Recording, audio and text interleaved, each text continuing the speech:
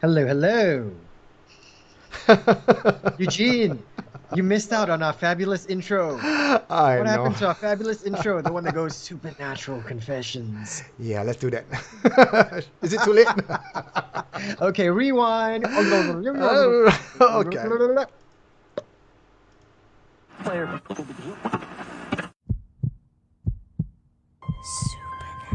Is anyone here? Can you please give us a sign? Supernatural Confessions.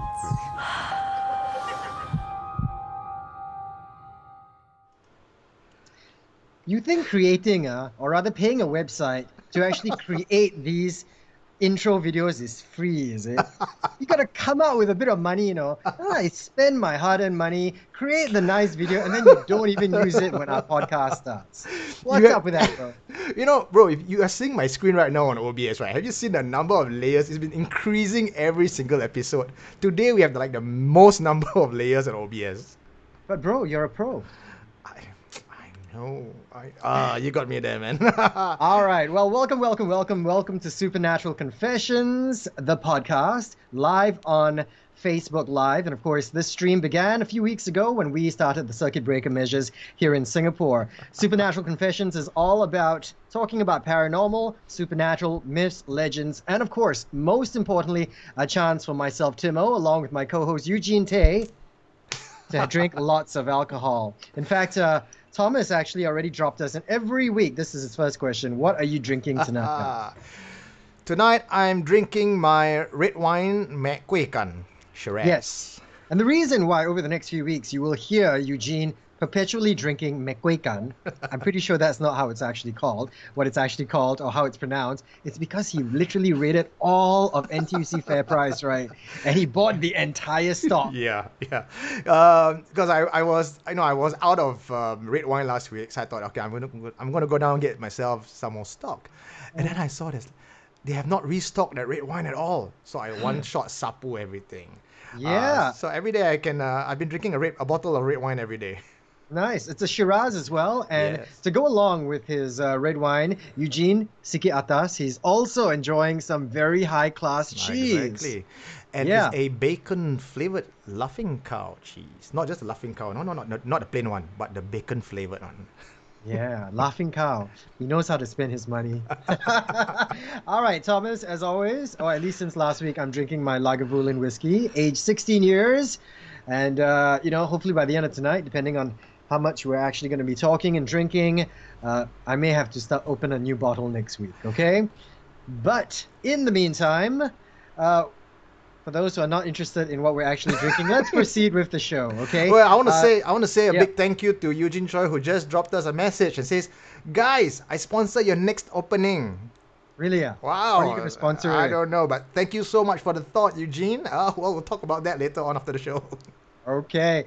And of course, speaking of the show, it would not be possible without you, our Supernatural Confessions fans. In fact, if it weren't for you guys, we probably wouldn't have gone into episode 2 of our Supernatural Confessions audio podcast, much less decide to introduce a web stream, Facebook Live version of our show during this circuit breaker period, okay? And like I mentioned at the very beginning, this is where we talk about all things supernatural. Plenty of our content, of course, comes from you, our Supernatural Confessions fans. And of course, if you want to get your confessions to us, it's very easy. You just need to head over to our Supernatural Confessions website. It is supernaturalconfessions.com. In fact, we had quite a number of people actually reach out to us over the last few weeks, and it's been very, very heartening, hasn't it? Yeah. In fact, most of the content you see today, they're actually from live confessors. Some of the inspiration about the doll story, about the urban legends was all because you guys sent in what you want to talk about, and together we sort of collaborate and create this show. So it's not just Tim and I, it's really a community effort.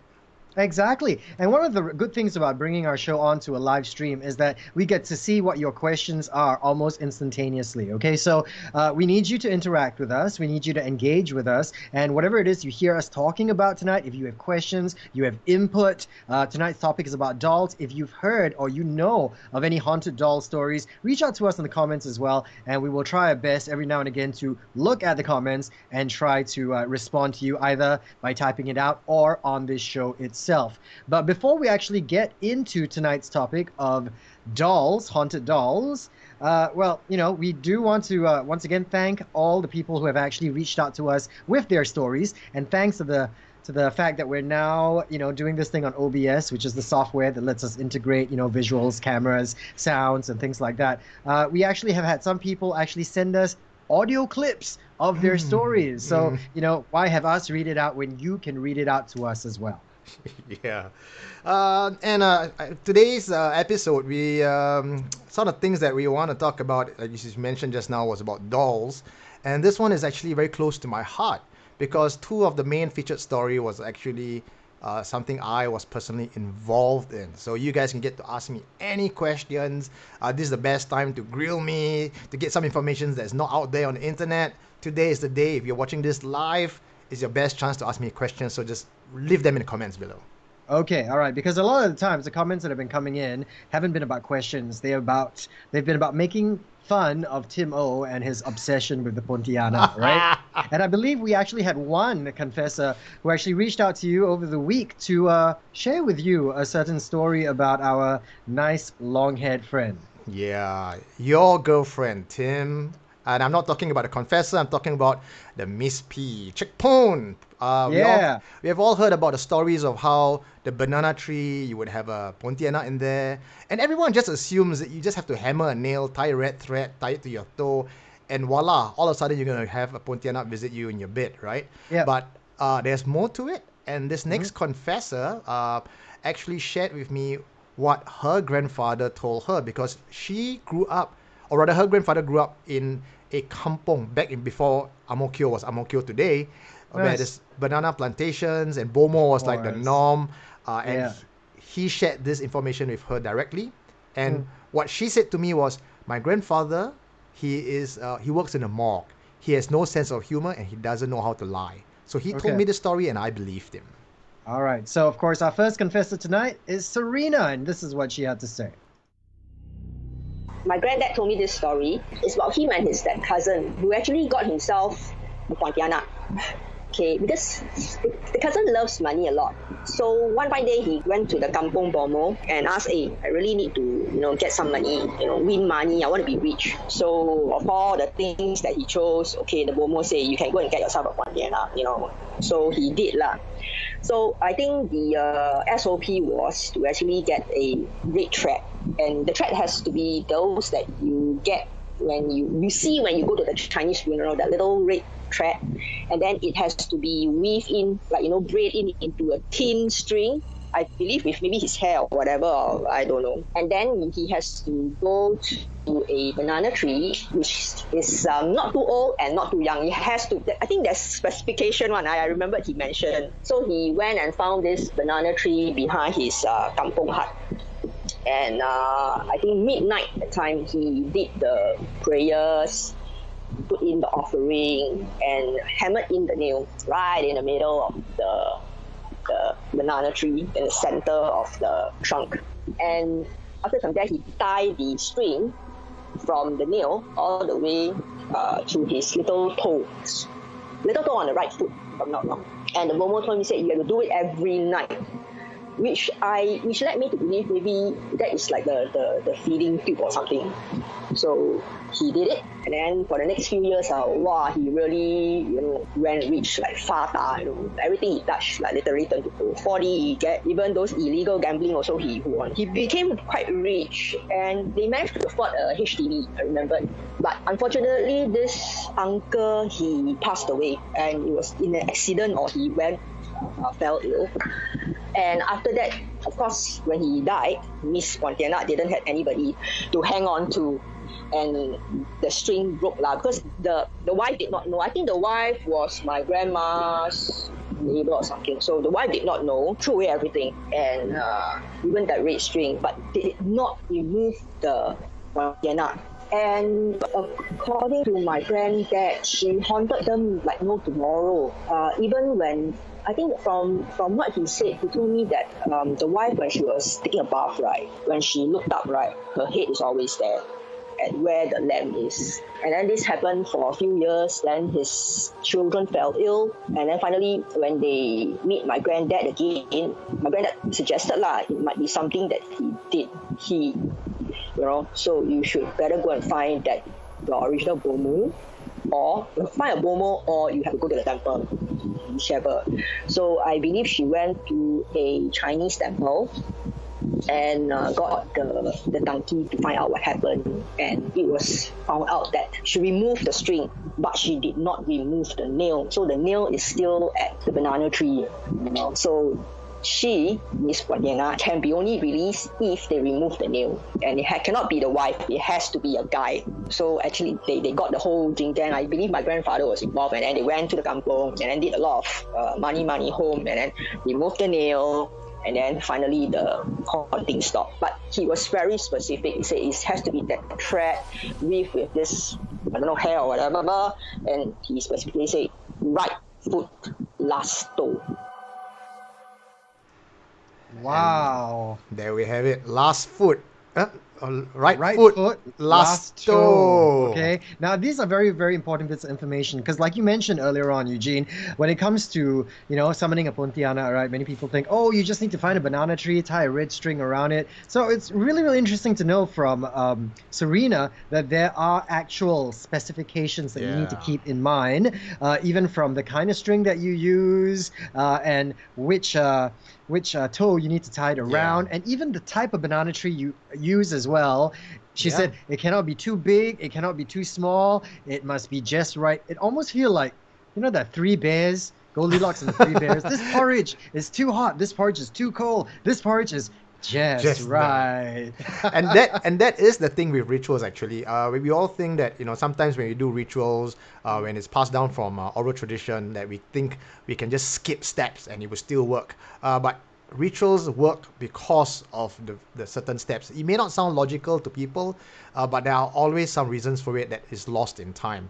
So one of the things that I have not heard of, which I just learned from Serena's granddad, is that you need to put a strand of your hair intertwined with the thread. Now you always hear the red thread, you always hear the nail, and you hear tying the thread to your toe. So you got a 1 in 10 chance to get it right?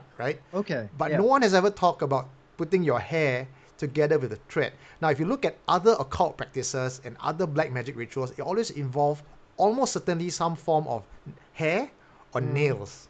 Yeah. So, right? So when she said that you need to intertwine your hair with a thread, straight away I go like, yes. And it's not just any thread. It's not your grandma's woolly, Yeah. It has to be the funeral thread, right? Yes. Yeah. And when she mentioned hair, did she specify which part of your body the hair had to come from? Well, I suppose as long as it comes from your body, it's fine. Yeah. So if you're bald, maybe if you're a man and you don't have hair on your head, if you don't have on the showroom, you can take from the storeroom. Okay.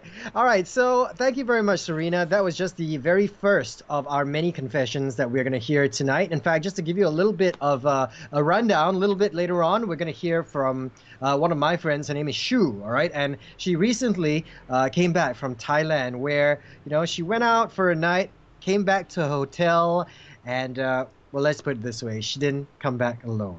Okay?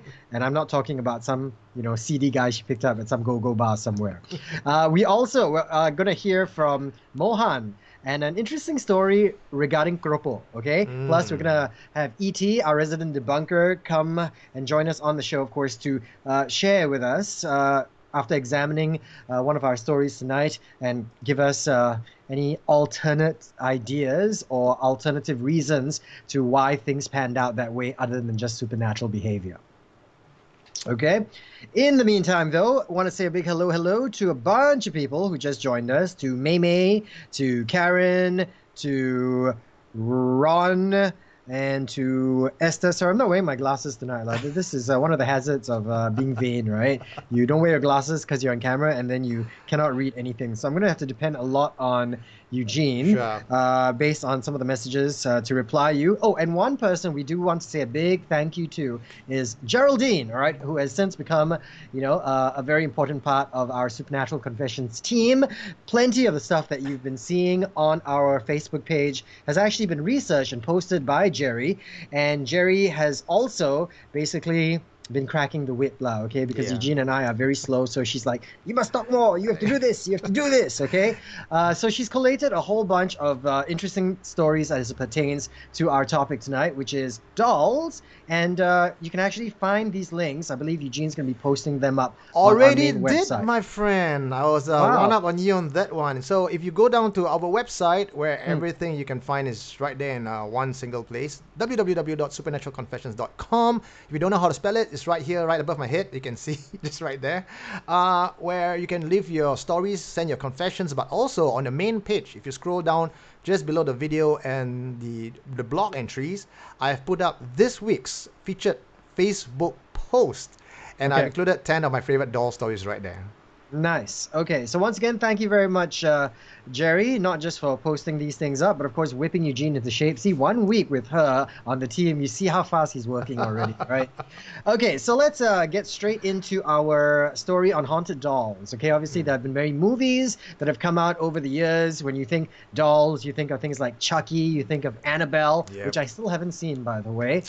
Plus, of course, some of these dolls are based on real stories, okay? In fact, there is a very, very famous haunted doll known to be the most haunted doll in America called Robert the Doll, and it's about 115 years old. It's currently in a museum. To read the full story, go and check out supernaturalconfessions.com. We've actually posted up a link on Robert the Doll, okay? But speaking of museums, speaking of dolls, let's go through one of very first doll stories, which actually was found on the internet as well. Okay, in fact, someone was posted this on Mothership sometime back.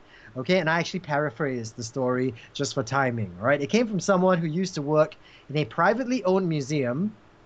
Personally, we suspect that it's the Mint Museum of Toys. All right. Yeah. Now, this person goes on to say, during closing time, I was supposed to clean up the gift shop and go up to each level of the museum and turn the lights off. Now, 10 minutes before closing time, I would announce over the PA that the museum would be closing and ask for the guests to leave. When I looked at the monitor, I saw a lady on the 3rd floor. This is the floor that displays antique dolls with her back towards the CCTV. So I went on the PA again and I announced that the museum is now closed and for all the guests to leave. And the guests usually have to walk past me to get out of the entire place. So I sat there and I waited, but this woman never came by, right? So I decided, I'm just gonna go up to where I saw her on the CCTV and I will chase her out myself, right? So last time I looked at the CCTV monitor, I saw her standing there on the 3rd floor, back towards the camera. So I can't see the face.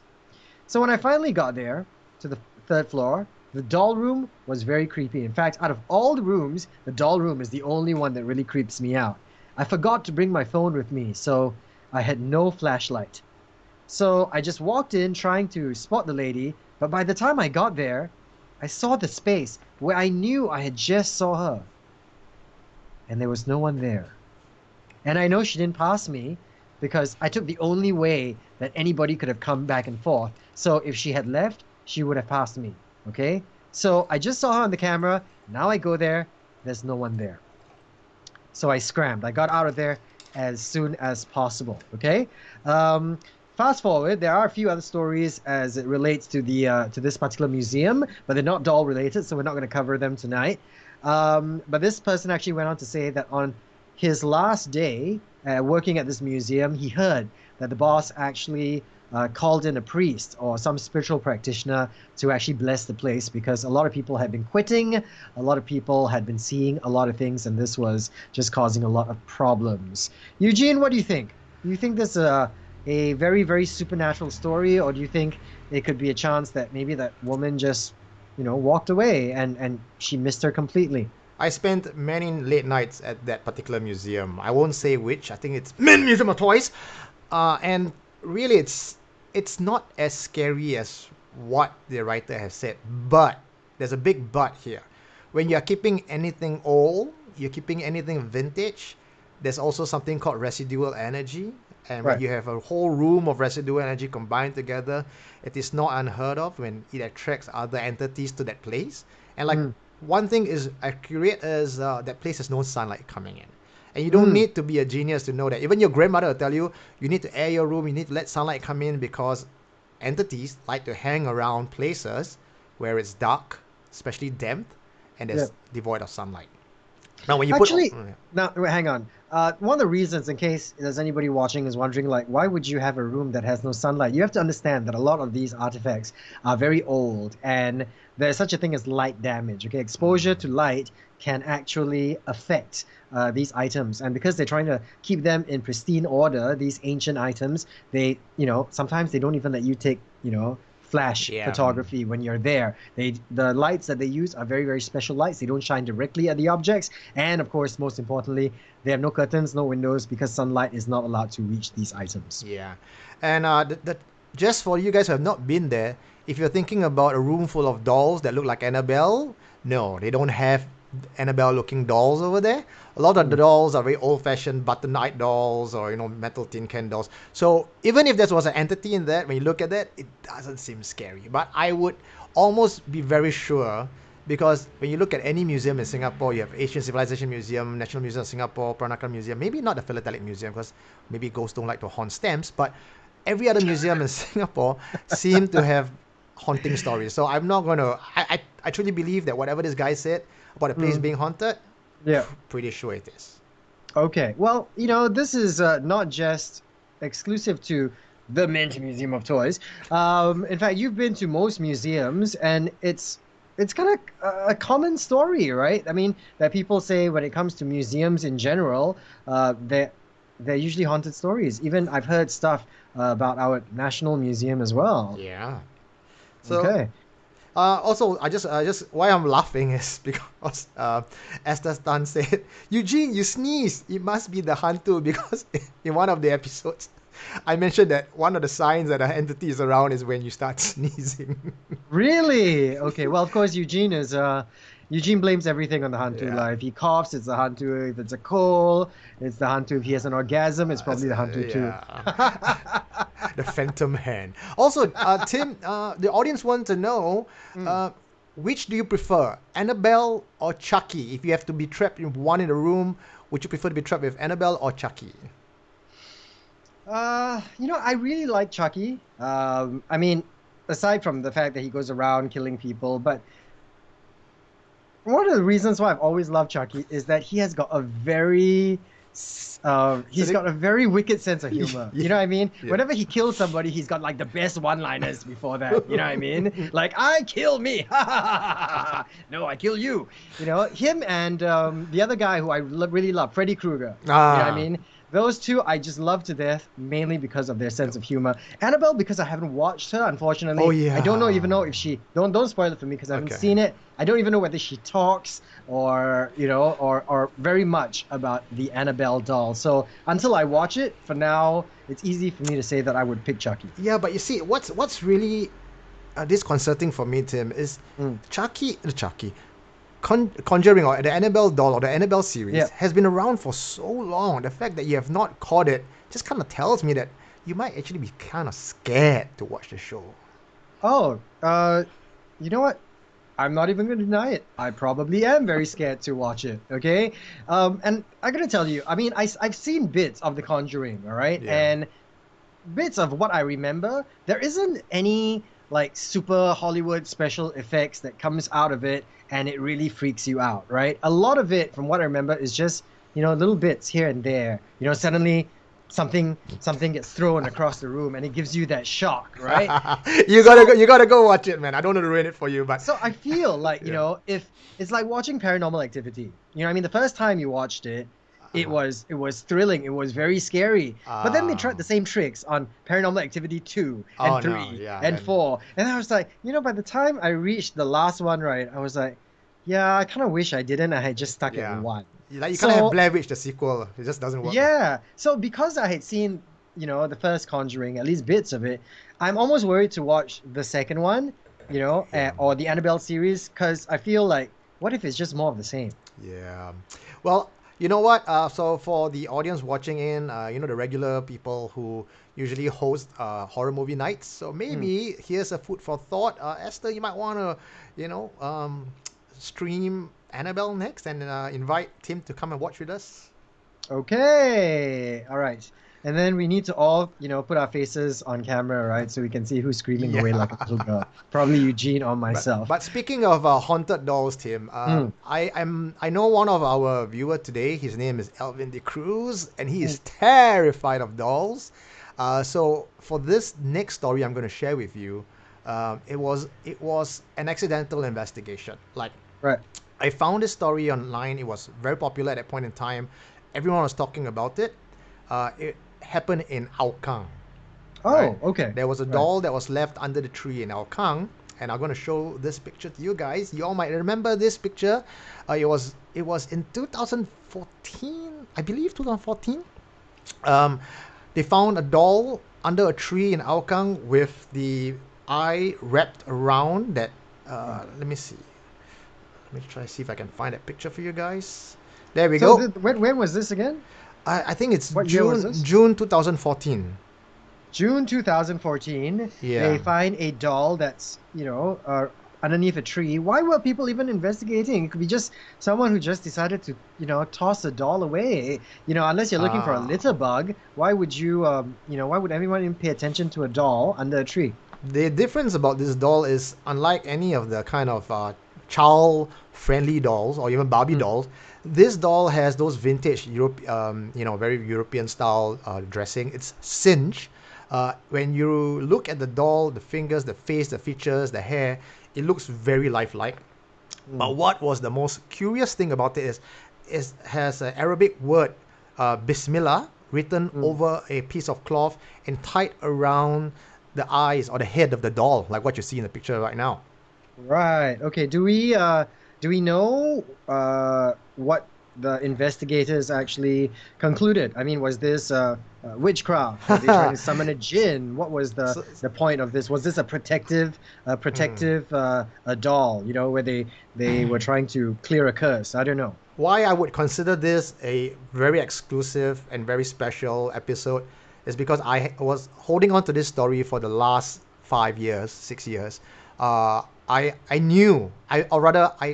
this incident, I went to meet the lady who owns this doll, and I had a very in-depth investigation with her over a course of a few weeks. It was not just a one day, it was not just a 1 hour interview.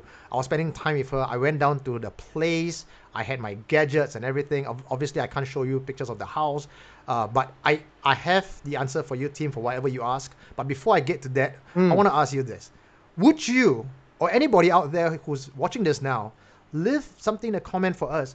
Would you go and touch this thing if you see it under the tree by your neighborhood? Would you? I wouldn't.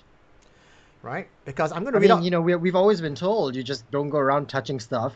Number one, it's a great way to get the coronavirus, and the other way, you don't know what kind of magical element or some supernatural power or curse has been placed on it, right? You could touch something dirty. Yeah. This is a very Asian thing, right? Don't pick up coins, right? When people throw, because people have put a kong tao or a curse on coins. So you generally don't pick up stuff, especially when you find a doll under a tree. It's double no. So this was the article. I'm going to read out to you just a part of it, just to give you an idea to set this whole premise up. The doll was found beside a busy street in Singapore. The Arabic word on the cloth is translated as Bismillah. The doll is possessed and has been moving around on its own when the original owner isn't home. She blinded the eyes and left it far away from home so it wouldn't follow her back. Some say the doll can be heard talking when it's left alone in a room and is found with its head turned in a different direction. It is said that it spoke in a Malay language and sounded like an adult female. Original owner found that the only way to get rid of it is to make sure it won't come back is cover its eyes. The curse is rumored to have passed on to someone else who had found it and untied the cloth unknowingly. The idea of writing the word Bismillah on the cloth is to trap the jinn inside from coming out and following the owner back home. Others speculate it is just a product of black magic. So what's really interesting about this is the doll was spotted under the tree for 3 days. 3 days. No one was cleaning it. No one was clearing it before it went missing. And everyone assumed the cleaner threw it away. But I checked with the cleaner. The cleaner told me and confirmed this. I saw it. I didn't want to touch it. Okay? So someone must have moved it or just disappeared. But Right. the day it disappeared, there was a suicide at the block right in front of the tree. So coincidence, perhaps? How did they manage? Did they ever manage to trace the doll back to the owner, the person who had left it? Yes, I There? did. I did. How did you manage to do that? So hold on. I just want to show you how the doll looks. This is how the doll looks, and this is what the previous owner said. We bind it for a reason. Stupid people unbind it. It looks unhappy. Good luck to whoever did it. That is the owner, the previous owner. Narcosis, the lady in the Yeah. picture here, that's the owner. Yes. Yeah. How did you manage to trace this back to the owner? So I got my team back then. We were just trying to find out who this Narcosis is, and with YouTube, I mean social media, it's not hard to find who's who. So we left her messages. We said we want to meet, and for a long while she refused to meet because a lot of people were trying to meet up with her. No. I mean, hang on. How did you first and foremost figure out this Narcosis was the actual owner? It could have been anybody who decided to pretend to be comment. her? Yeah. Yeah. So we didn't know, but we're going to Right. contact her anyway. Eventually, we found a friend of a friend of a friend, like maybe 3 or 4 degrees of separation. Probably Grace's church mate, son's classmate.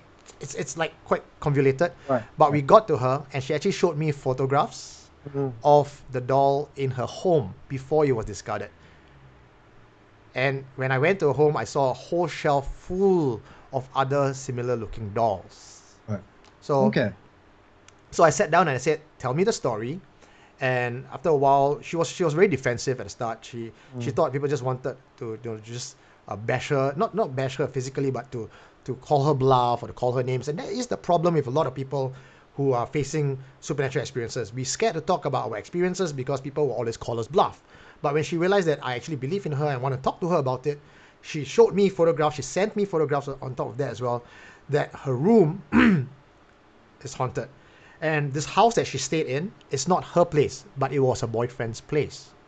Now, what she told me about the doll story is her boyfriend bought this doll from her online as a present. So when she put it on the shelf, she was in the room alone, the boyfriend was in the kitchen, she put it on the shelf, she walked out, she looked at her collection, very happy with her collection. She turned her head to call her boyfriend and says, "Thank you, sayang, it's a very nice doll." When she turned back, the doll has actually moved and it started looking at her. Holy cow. Yeah. And she went back to the doll, she adjusted it again, and it didn't move. Then she was out in the hall watching TV with her boyfriend, and suddenly heard a loud clanging sound on the drum set. We both went into the room and checked what happened. The doll had actually fallen off the shelf and onto the boyfriend's drum set. And it's not just, the drum set is not like in front of the shelf. It's actually at a distance away from the shelf. So someone must have fling it, or something must have deliberately dropped the doll on the drum set. It didn't just fall off the shelf. Right? Okay. All right. So obviously a lot of weird things started happening. When was she finally convinced Because that there was actually something in the doll? Since that night, she got sick for like 3 days in a row. And the third night, when her boyfriend was out and wasn't home to accompany her, she was like, very sick, couldn't move, felt like dying. And at night, she woke up and she saw the doll in front of her bed. Has moved away from the shelves in front of the bed and talked to her in a adult female voice, asking her to kill herself. Yeah. Okay. So she got freaked out, she panicked, she ran out of the house, she called the boyfriend, forced the boyfriend to come back from whatever he was doing. They took the doll, they went downstairs, just under the block, they lit it on fire. But as you can see, the dress was burned or singed, but the doll just did not burn. Right? So they left it, they tried to smash it, they left it in a dustbin, those big green dustbin. When they went upstairs, they fell asleep. The next night, when the boyfriend wasn't around again, the doll appeared back at the foot of a bed. Wow. Okay. Yeah. So this time, they decided to make some prayer, and they left the doll. They live in Hougang as well, but they left it like maybe a couple of blocks down. Okay, so did they ever go and see an ustad or No, they didn't. Some spiritual practitioner to confirm that it was indeed a jinn that had taken residence inside this doll? No. So I have reasons to believe it's not a jinn, They, the two of them aren't exactly very religious to begin with, so they're not going to go to an ustad or to an imam to get it checked out. And at the same time, they don't practice, black magic or dark arts or anything like that. It's from my standpoint, they were definitely candidates for entity to. They fit the profile. They fit the profile, yeah. But they claim they did not, and I have no other reason to doubt them. But let's put it this way: heavy metal band T-shirt, heavy metal influencers, gothic influencers. So even if you don't dabble in black magic, the fact when that you surround yourself with a lot of things that are generally associated with elements like this, sometimes you might possibly invite things like that into your life. Yeah. And so where this becomes a paranormal investigation is I did not just take the doll story at face value and just end it off as the end. Because if it's a haunted doll, first of all, why aren't the rest of dolls haunted? Why just this doll? Right? So I went to seek out the owner or the creator of the doll, and you'd be surprised that you think that this doll looks very freaky. There are actually other dolls out there that looks just as creepy. Okay. So I'm going to show you guys. Yeah. Were they intentionally made to be creepy? I mean, Yes. creepydolls.com or something like that? Or Exactly. It's creepybabies.com or creepy-dolls.com. The site is no longer active. I just went to check. But it's now on ETSY at Etsy. That's also, these are the kind of dolls they make. Look at the eyes. Oh. Yeah. Okay. So when I saw these dolls, I said, okay, the doll itself may not be, like, it does look scary, but it may not be the reason why this doll is haunted. And you said you heard an adult lady's voice? So when I did an investigation, I put my EMF meter, I put my cameras around. We managed to capture photographic evidence of mist-like spirits in the room. Really? Yeah. It's not even orbs, my friend. It's not even orbs. It's mist. And it was like, in all the camera angles, we found that there'll be mist moving around in the house. Yeah, you can say someone was smoking, but at the point in time when the photos were being captured, there was no one smoking. When we tried to do an EVP check in the place, we found, yes, there is voices, but upon further investigation, what I discovered, I'm just keeping a whole long story short, but I will put this story on our journal, there was a suicide case in that very room where the doll was situated. And the person who committed suicide was the brother's sister.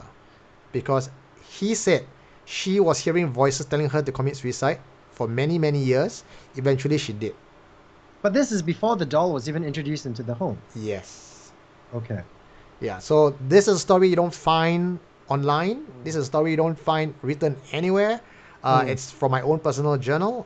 Yes, I've met the lady and we had spent some time going through this whole process. The only reason why I didn't write it out was because after this whole incident, she was very traumatized and so was I. Because we were dealing with the guy's dead sister. We were dealing with a lot of human life, and I didn't want to capitalize on their story and publish it back then. So that's why you're only hearing it now. All right. Well, I got a couple of questions. First question is, does this mean, or at least insinuate, that the doll was not inhabited? Okay, it wasn't a haunted doll when the boyfriend came and gave it to the girl as a present. It was basically, brought in, and then perhaps some spirit that was already in the house decided to manifest itself in that doll. Yeah, that's what I believe. It did not come haunted, because when we approached the creepy doll lady who was the one who manufactured the doll, and she said, no, there are some people who come back to me and says, yes, the doll is haunted, but I can assure you when I was designing it, it's just a design feature. It was not me casting anything into it. Okay, so but why that doll in particular? I mean, you just said that their house was filled with other dolls. Yeah. Could have manifested in any of the other dolls, right? When you look at a photo of the sister, that doll resembles the sister the most. Ah, I see. Okay.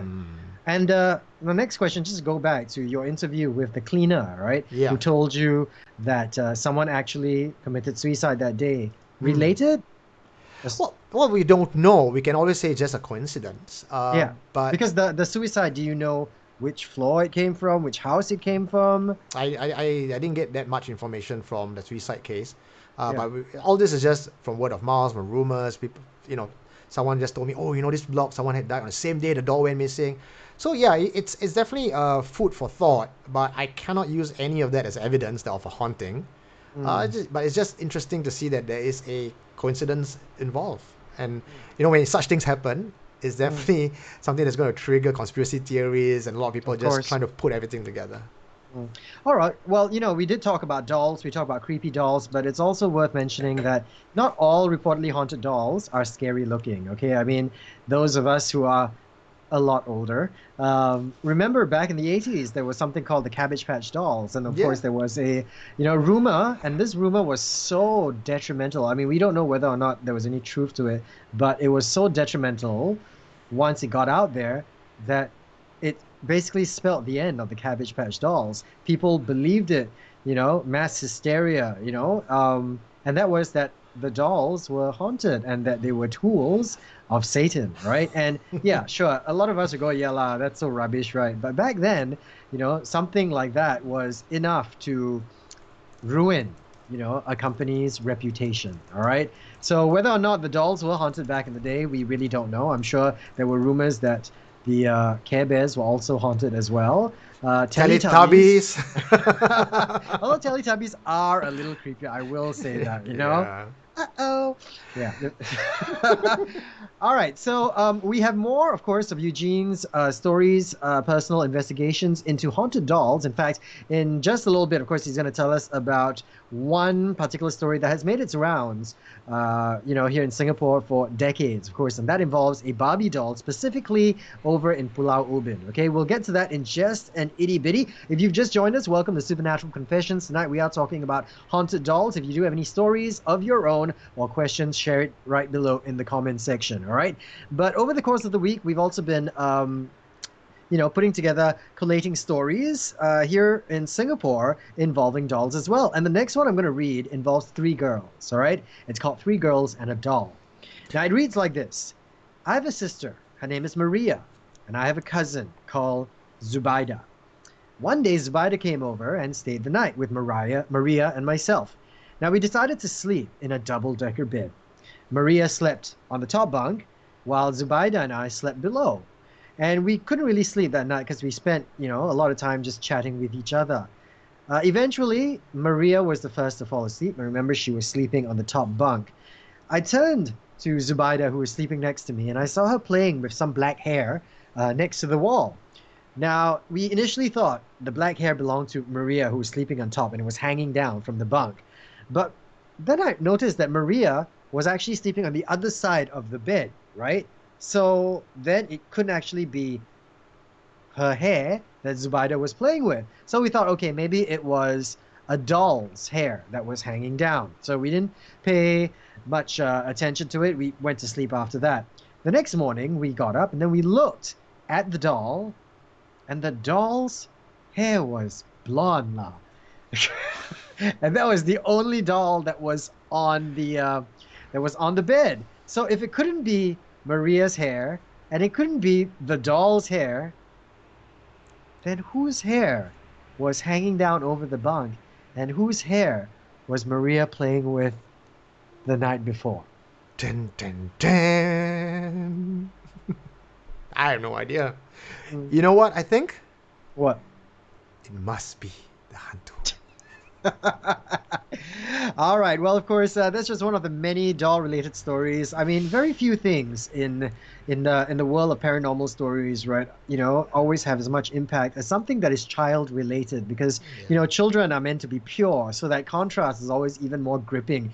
Some of the scariest haunted movies or scary movies, horror movies, always have children laughing, or the ghost of a child, or dolls and things like that. As long as there's some element, and all these people are not parents, okay? Parents will know children are already scary enough. You don't have to put in any hantu aspect to it, all right? But yes, when you do involve something childlike or a child, and you team it together with the supernatural, it somehow becomes even scarier. Yeah. Okay, so take us to Pualu Ubin, and before the investigation proper, tell us the history of this Barbie doll. I mean, all I know is that they call it is related to a German girl whose father was a minister or some priest that was on that island many years ago. No, he's not a priest. Yeah. In fact, the Barbie doll in the German Girl Temple is actually in the whole timeline of what has happened to the German Girl Temple. That is very recent. That's only as recent as 2007. Yes, that is the German Girl Temple. It is acknowledged by the authorities. In fact, if you go and check out Pualu Ubin, visitor site, the German Girl Temple is a spot on the tourist itinerary. So the basic story, the official story that was given by Pualu Ubin and what's the site? nparks.gov.sg is that the story began in 1910. Just before the First World War in 1914, there was a German family living on Pualu Ubin who owned a coffee plantation. So not a priest. They own a coffee plantation. According to historical research, now this is a fact, the plot of land used to belong to two German families, Daniel Brandt and Hermann Mallingens. But the identity of the German girl remains unknown. Okay, does she even exist, right? We know there's two families, but nothing was reported about a German girl or a daughter. But when the war broke out, British military rounded up the German plantation owner and his family. His frightened daughter, who was about 18 years old, escaped into the woods. The rest of the family was sent to a detention barrack on mainland Singapore, but a few days later, the girl's body was found covered with ants by the plantation workers. How she died, no one knows. Did she die because of supernatural or paranormal means, or did she die because of an accident? Well, some people believe that she might have fallen over the cliff to her death. Her corpse was later discovered by Boyanese plantation laborers who threw sand over her body and offered prayer, flowers and incense as a gesture of goodwill. Now, what people don't know is that the original resting site of the German girl is not down the cliff, or it's not where the spot of the German girl shrine is. It's actually up the hill. She was buried up the hill, but because due to 1974 excavation work, her remains was removed. But she was put in a jar with some crucifix, a few strands of hair, and was laid to rest in a well-decorated Changsan urn. However, that urn that you see today, the German Girl Temple, is not the urn with the German girl's ash. It was stolen by thieves because the urn looks very elaborated, and people just couple it from themselves.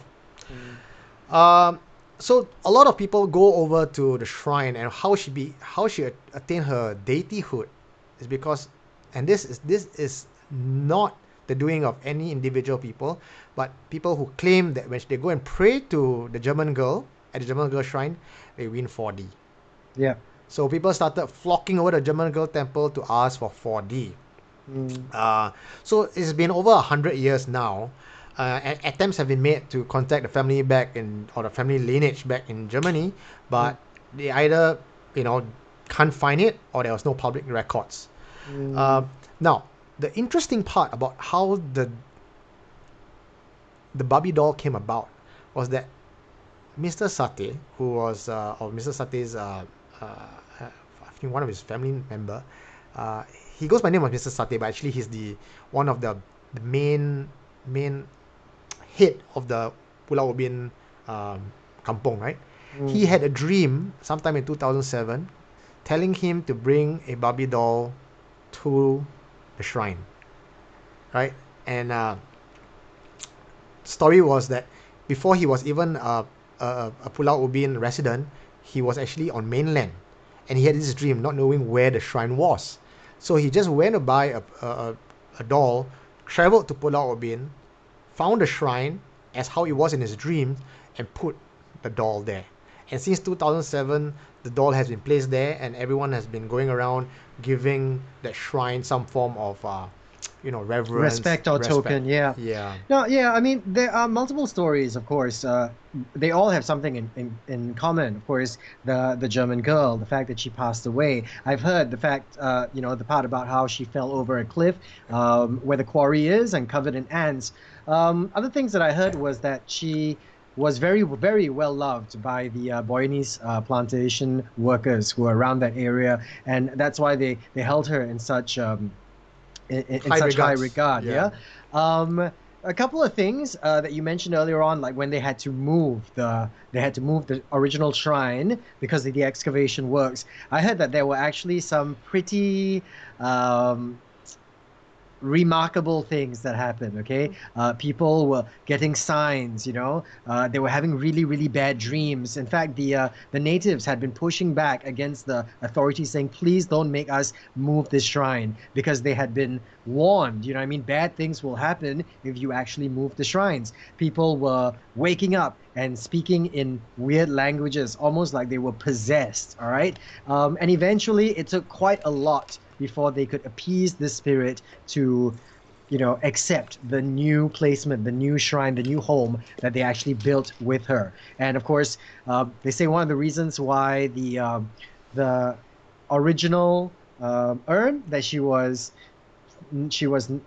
placed in, while it was stolen, the reason why it never resurfaced is because it never even made it back to mainland. Okay, and of course this could just be folklore, but it says that the thieves were basically struck by something that was so horrific they didn't even make it back to mainland. While they were actually crossing the water, something happened, and that is why to this day the original urn is somewhere at the bottom of the sea. Yeah, I believe in that. I mean, when you Yeah. try to steal from the dead, bad Yeah. things happen to you, and we learn it from Egypt all the time.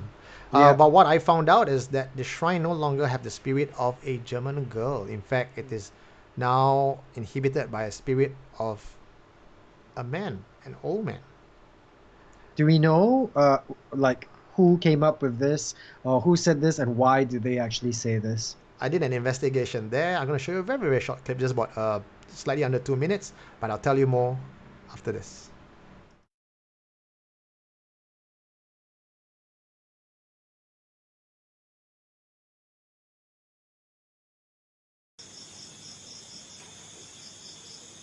Are there any spirits in this place who would like to let themselves know?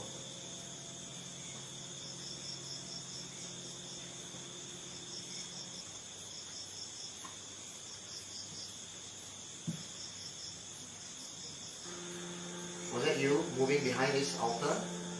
Can you move again?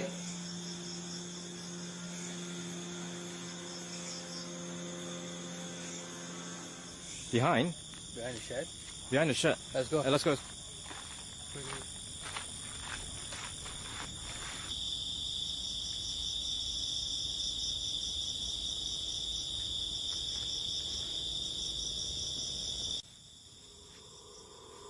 Do you see anything there?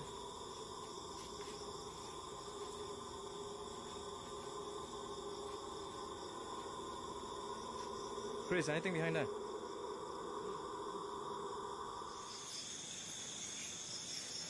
Could you make yourself known?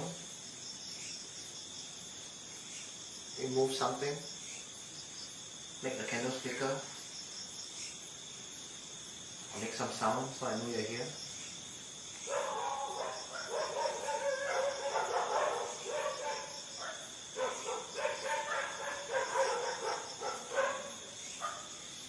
Hey Chris, do you see something white over there? What? Where? Right in front of you. In front of me? Yeah, right in front of you. Holy shit, my camera's screwing up. In front of me, where?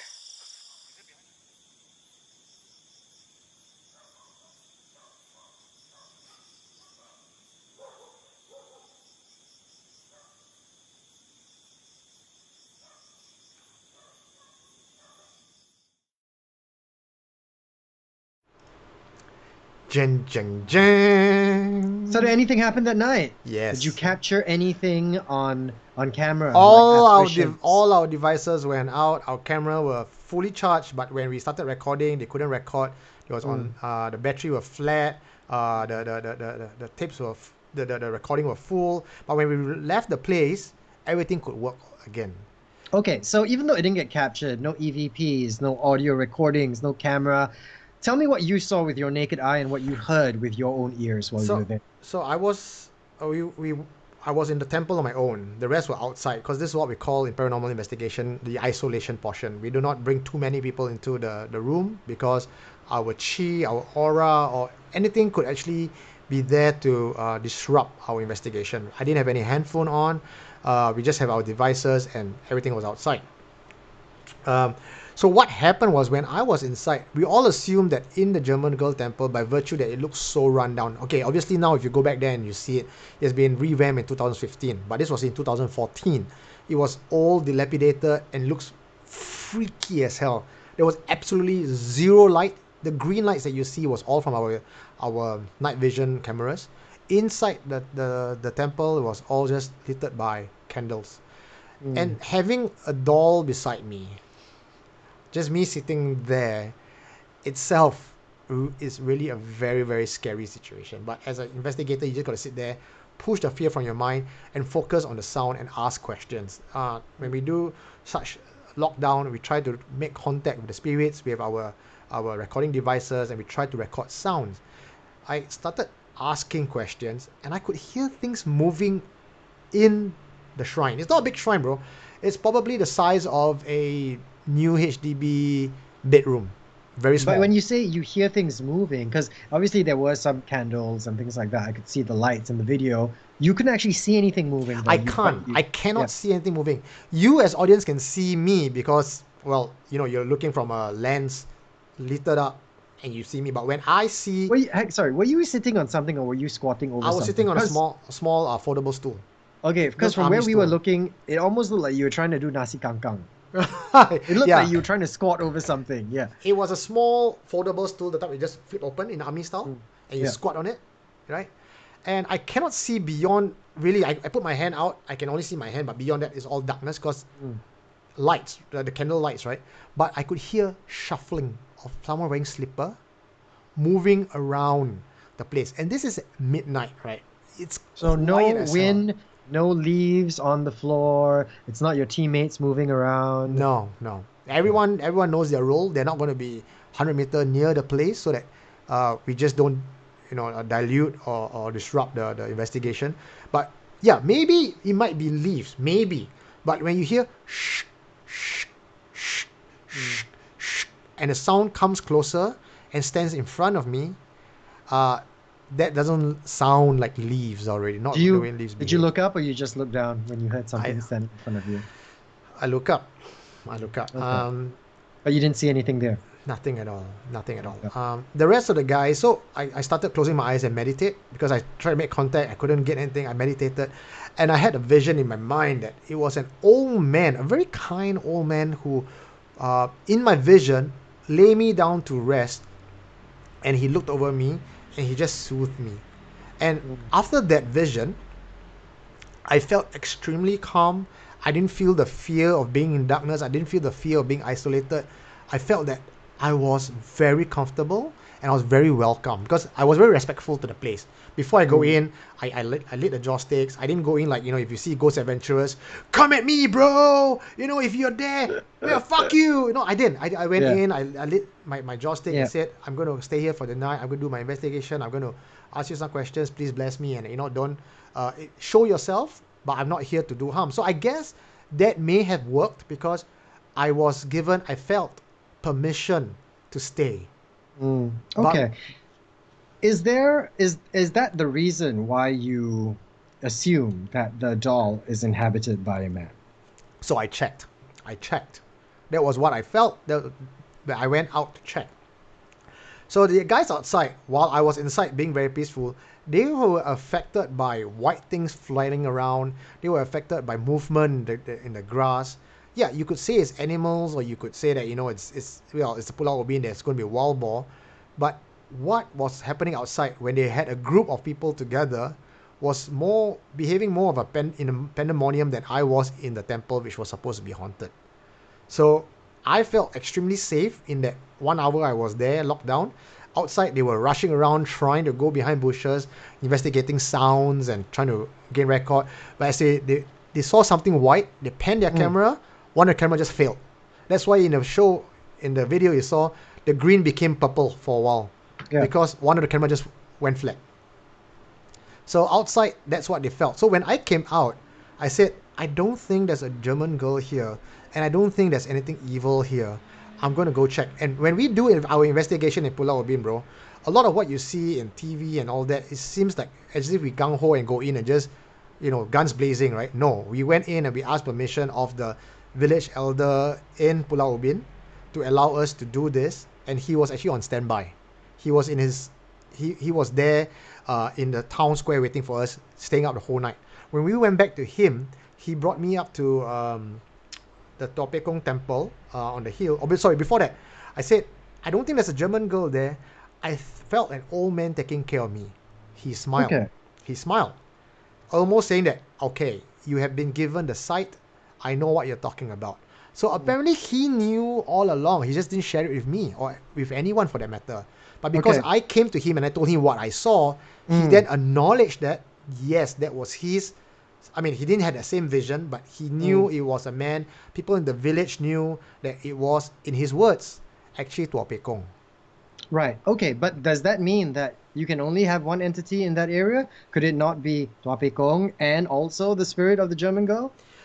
According to people who were living in Pulau Ubin, the German girl spirit was way gone a long time ago. Perhaps it was never even in the shrine to begin with. The shrine was erected to remember her, but her spirit was not lingering there for 100 over years.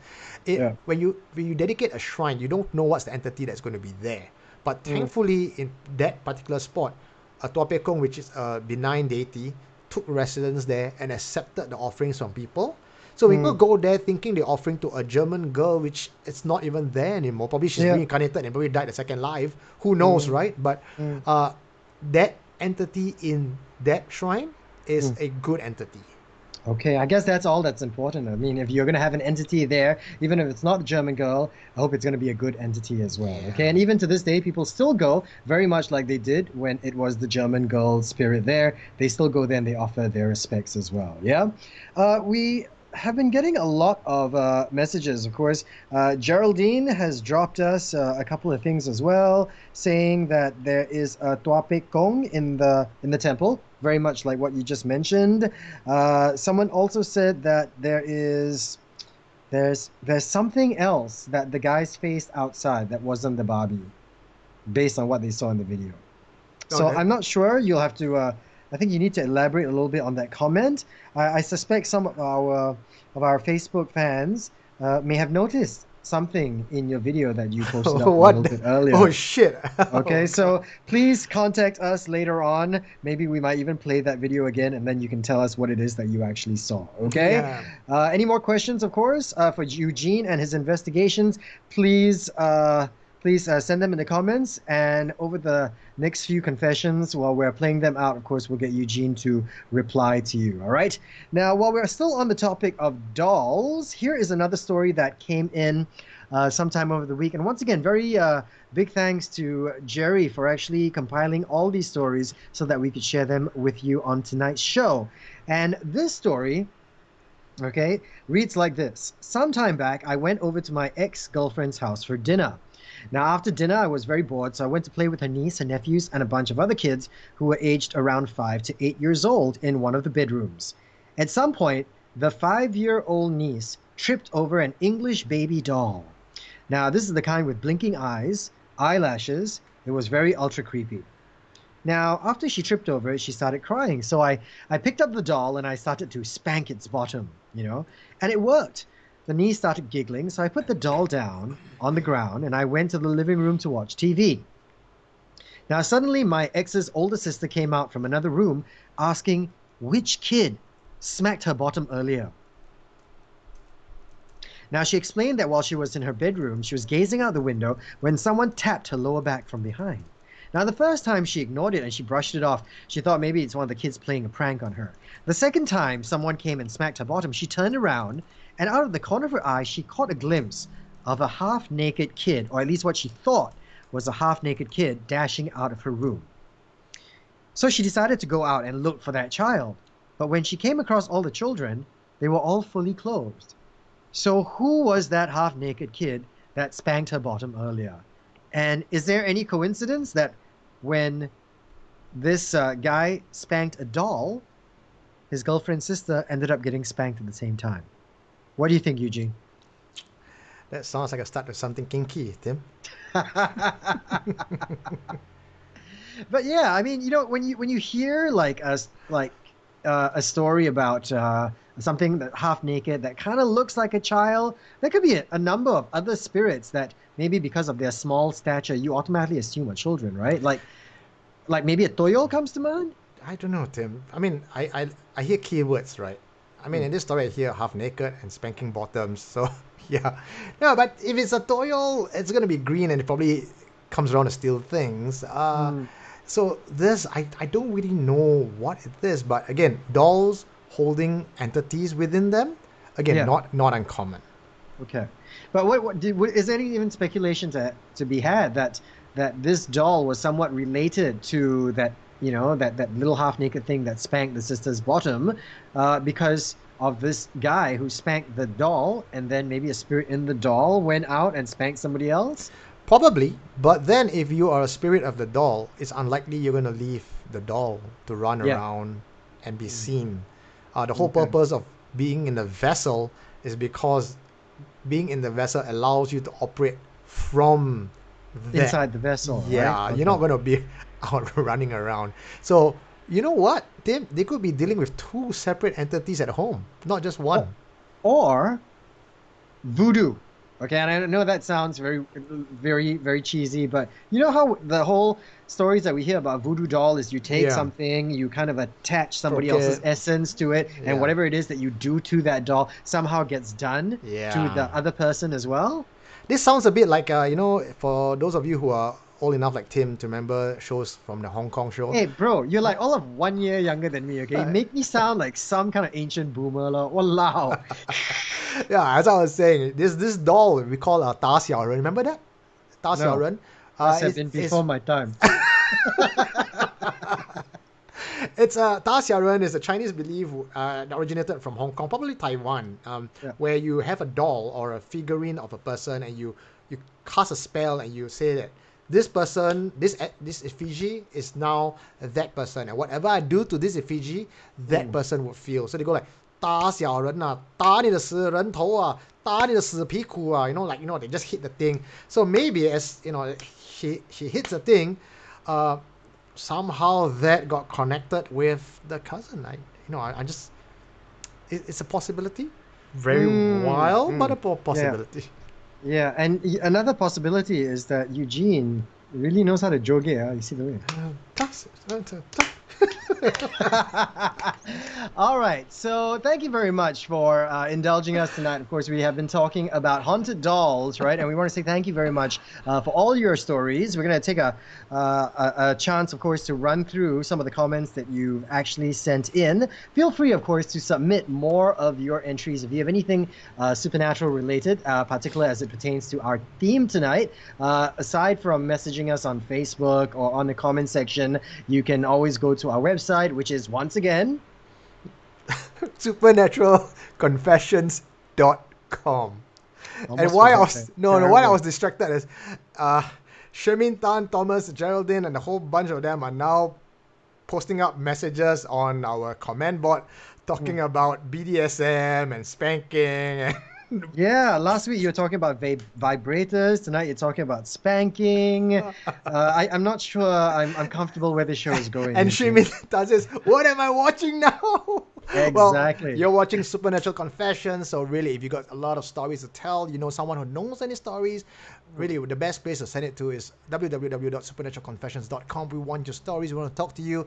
Either you can choose Tim or myself to interview you, depending on you like older Well, it depends man or younger man. on how much anonymity you wanna maintain, lah. Okay, if you want to be anonymous, then you come to me. If you want somebody to photo your identity to the world, then you go to Eugene. Okay, all right. So speaking of stories that have actually come in, one of my friends, I've known Shu Hui for a very long time, right? But we've never really spoken about anything supernatural related. And recently, I found out that she was actually a supporter of our podcast, and she reached out to us because she said, she actually had a story to share. She's actually had some experiences throughout her life. So we managed to actually get her on the line. Wow. And she's going to be sharing her confession with us tonight. Eugene, I want you to pay attention. And of course, I'm going to ask you what you think. And of course, Supernatural Confessions fans, feel free to join in the conversation as well. Okay, but for now, Shu Hui, can you take us back to one of your earliest supernatural experiences? It was OBS, it was the Pualu Ubin one. I think I was 15 then. I can't remember, was it 15 or 16? I went to OBS with my schoolmates. And then, because we took mobile instead of residential, so we were roaming around, like pitching up tents and all that all over Pualu Ubin. And I heard symbols, like, you know the Chinese symbols, the chiang, chiang, chiang, that kind?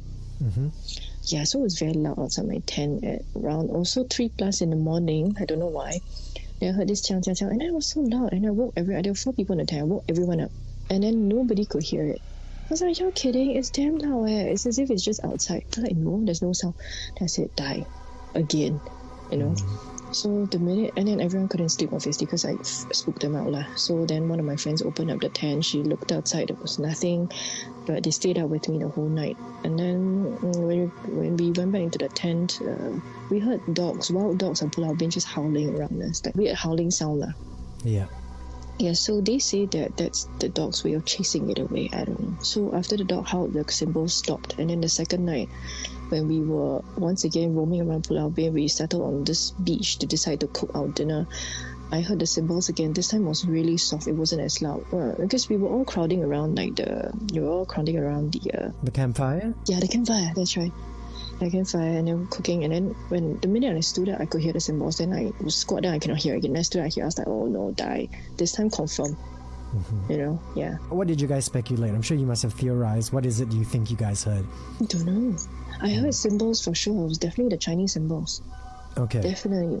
Yeah, and you know for a fact that there were no people roaming around clanging symbols like No, definitely. Because nobody could hear it. I kept asking, hey, can you hear? Hey, did you hear this? And everyone's like, huh? You crazy, yeah? I'm like, okay. Okay, so fast forward to just a couple of months ago, you had a pretty interesting trip to Thailand, huh? Okay, so when I was in Thailand, I went there for work in the first week, and then after I was done with work, I decided to go on a holiday. And Pattaya is very close to Bangkok, so it's just about 2 hours drive from Bangkok. So we made the drive from Bangkok all the way to Pattaya.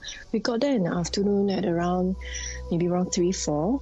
And then we just checked in, didn't do anything, just waited for dinner time. So went out for dinner. My friend and I went out for dinner. And then when we came back, I decided to catch up on some work. So it's like a little nice studio apartment. Yeah. Right, and then you've got a kitchenette, and then you've got a little dining table, you've got a living room and all that. So I was at the living room area at the dining table, just doing work, just talking to my clients and all, replying emails.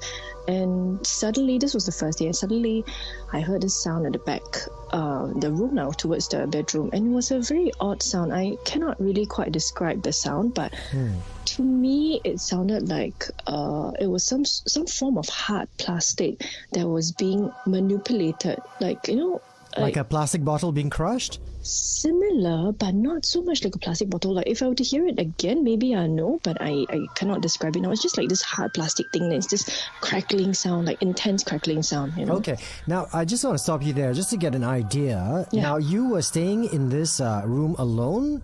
I was with a friend. And your friend also heard this sound as well? No, she didn't hear anything at all. That was the thing. From where you imagine the sound was coming from, was this somewhere within your eye line or in a different room? It was just at my back. And it was quite loud, And I heard it once. And then I thought, nothing much lah. Because, sometimes buildings, you have those building sounds. I thought it was just like, buildings like the settling, materials. Right? Yeah, that sort of thing. So I just, let's shrugged it off and then continued doing my work. And then I heard it again. And then I was like, okay, never mind. Still building sound, still don't care. Let's just not care about it. And where was your friend throughout this whole thing? In the room. And I heard it coming from the room. So I said, hey, did you hear that? Did you hear the sound? My friend's like, huh? What sound? I said, okay, never mind. I just went back doing my thing lah. Yeah. So this was the first day. So first day everything was okay, went to sleep, and then the next day we woke up and then we did our activities and all. And then we went out for dinner. So second day we went out for dinner, we had seafood and then we couldn't finish the food, so we tapao back. And then we had fried rice. We brought back fried rice and some, I think it was some chicken stuff and something like that. So altogether we brought back about 3 packets now. And once again, I was still doing work, and this time around, nothing really happened. I heard a bit of the crackling sound, but then I just brushed it aside, building sounds. Okay. So after that, we went to bed around midnight or so. And I didn't feel anything. I was still hearing the sounds, but I just kept shrugging off and saying nothing. And then I did casually mention to my friend, I said, hey, did you hear this? But obviously, I mean, you were telling yourself it's the building settling down and Yeah. stuff like that. But I'm sure at the back recesses of your mind, there is some doubt there, right? Yes, but we know that Bangkok is not exactly, Thailand on Yeah. the whole is not exactly the cleanest place. So Okay, so you were, to some degree, ready to accept that it could have been more than just Yes, the building yes. settling. Okay, But I just didn't want to believe because it's quite freaky. Can you imagine that, right? absolutely, yeah. At the end of the day, I was just like, okay, never mind. Then after I did my work and then just chat around for a bit, then we decided to go to bed. So I didn't notice anything weird, nothing like that. And then on the third day, that's when things started happening. Okay. So on the third day, after dinner, once again, went back to the room to just chill and have a chat, and then went to bed. So I noticed that the last 2 nights, I've been waking up at a weird time. It's usually between 4 o'clock to 4:30 in the morning. Yeah, it's just strangely, I'll just wake up and I'll be like wide awake, not even tired, just wide awake, like, whoa, okay, ready to get going the day, that sort of thing. And then by the third day, the same thing happened again. I woke up at 4 in the morning again. So I went to the toilet for a bit. I came out inside to settle and try to get back to sleep lah. So when I closed my eyes, I felt something wasn't right this time around. Like the air changed lah. Like suddenly there was this stillness in the air. I don't know how to explain. It's just like very still, and like nothing was moving. I was like, okay, this is not right. And then I didn't open my eyes. I just kept my eyes closed and then just tried to drift off sleep. Just don't care lah. Shortly after, I felt something pressing on me. Oh no. Okay. Yeah. So it was a sleep paralysis thing. So, okay. So first of all, I felt that this thing was pressing on me. The next thing I heard was the main door slamming shut, like, pam, really, really loud. Right. Now, once again, I just have to ask, when you wake up, where you were sleeping, were you sharing a room with your friend or were you guys in separate rooms? Oh, we were sharing the room. But how deep of this sleep paralysis were you in? Were you able to open your eyes, make a sound to try and get the attention of your friend? Not at all. I couldn't move. I couldn't say anything. I couldn't that's when I knew something is not right. You see? Because I couldn't move and I could only breathe. And then I was, of course, panicking. I started chanting in my head lah, just trying to get this thing off. So after that happened, the thing didn't go off. It just started pressing on me like harder. So it just kept coming down on me really hard. And then I heard the room door slam. And then I heard footsteps like really, really fast, very quick, very loud footsteps running into the room, like boom, boom, boom, like this. Okay, so heavy footsteps, okay. Very, very quick also. But they didn't sound like they were adult footsteps because what's going to happen next, you will know it's not an adult. So there is quick footsteps running into the room, and then the jumping on the bed from my side to my friend's side. So this kept jumping. I could feel the depression in the bed as well. Like someone was really, really jumping on your bed really hard. Right. And then the next thing I heard was the giggling. It was sound of the kids giggling. It sounded like it was very high pitched, and it was a girl, and it was a playful one for sure. It went like this. One child or two? Two children, and but one of them was a lot louder, and then I was freaking out by then, right? I couldn't move. I heard the sounds, I felt them jumping, and I was just like, oh my god, help me now. If you could have opened your eyes at that time, would you even have wanted to? No, not at all. So at that point I was like crazy chanting in my head really, really loudly. So the moment I could get it off me, I let out a really loud sound, like I don't know what sound, but it was a sound. It was part of a chant, like that.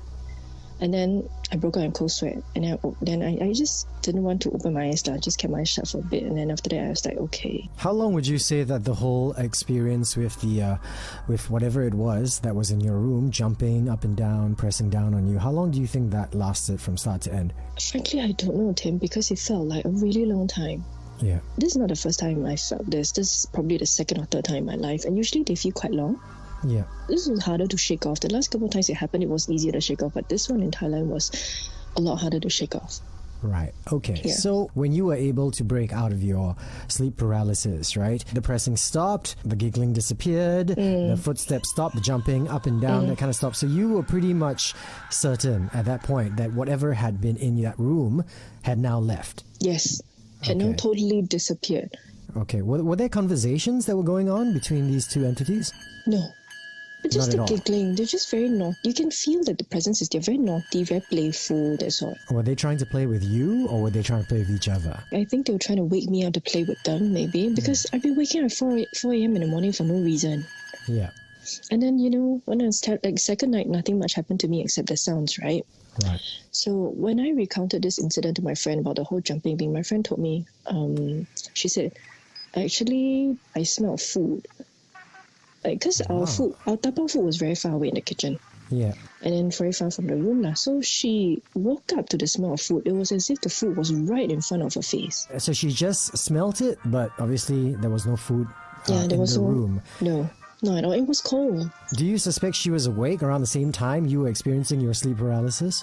She woke up first, then I woke up. Okay, but she didn't know that you were awake, right? No, she didn't. You obviously couldn't move, you couldn't give her any signal at all.